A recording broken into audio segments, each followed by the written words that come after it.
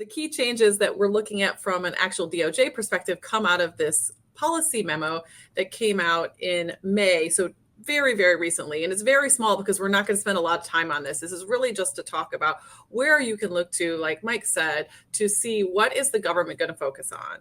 And this policy memo really did touch on these three topics: focus, fairness, and efficiency. And in many ways, these are things that are helpful for companies because they help us make a little roadmap, or at least see the DOJ's roadmap. So when DOJ said focus, they gave us 10 areas that they are going to be focused on from a corporate criminal enforcement. They also said we're really going to be focusing on individuals, but there are circumstances where corporate enforcement may be appropriate. These really range the gamut from waste, fraud, and abuse in the healthcare space to customs and trade enforcement to healthcare fraud, elder fraud, and a recurring theme we'll talk about throughout is a focus on material support for terrorism, foreign terrorist organizations, and transnational cartels.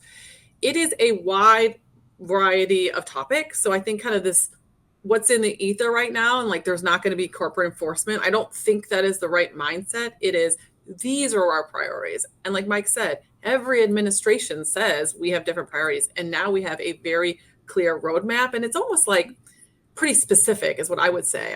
They're not saying we're going to look at fewer things, but it's very, very specific in the types of topics they are really focused on.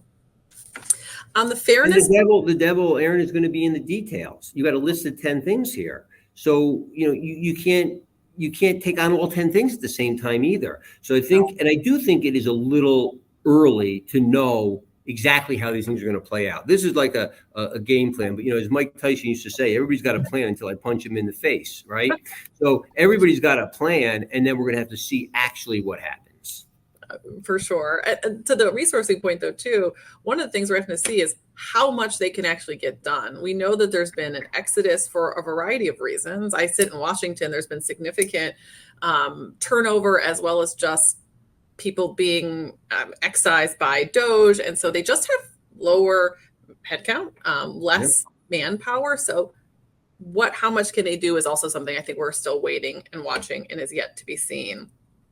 But there are some tells, though. What was the market integrity and major fraud section? That was a market, government, and consumer fraud section. So they've expanded. It's just like when healthcare became a priority, they hired a ton of healthcare lawyers. When corporate fraud was, they hired a ton of people for that unit. When the FCPA was big, they hired a ton of people. So one of the things that is a real tell here is, where is the department putting its resources? And they're putting its resources right now, from what I can tell, into these subject matter areas. And then, like most things, it will take time to see how it plays out. Agree. A couple other areas just before we move on, I think worth highlighting from this memo that I thought were priorities is one, on this fairness point. They really are focused on, bad individuals and not sort of bringing companies down for one or two kind of rogue actors in the organization. And I mean, as a defense lawyer, that's what we've been saying forever. So I think that there's a little bit of music to our ears to say, don't hold a company accountable for a couple bad guys. They also, and that was true with Lisa Monaco. You talk about changes of administrations and how there's such a sea change here, but part of Lisa Monaco's speeches always were, we're going to look at individuals, not just the corporation as a whole. So I think there's a consistency that I think is lost in, quite frankly, a lot of the political noise that's occurring in DC and throughout the country. Sally Yates, the Yates memo too, also was focusing on individual accountability. Exactly.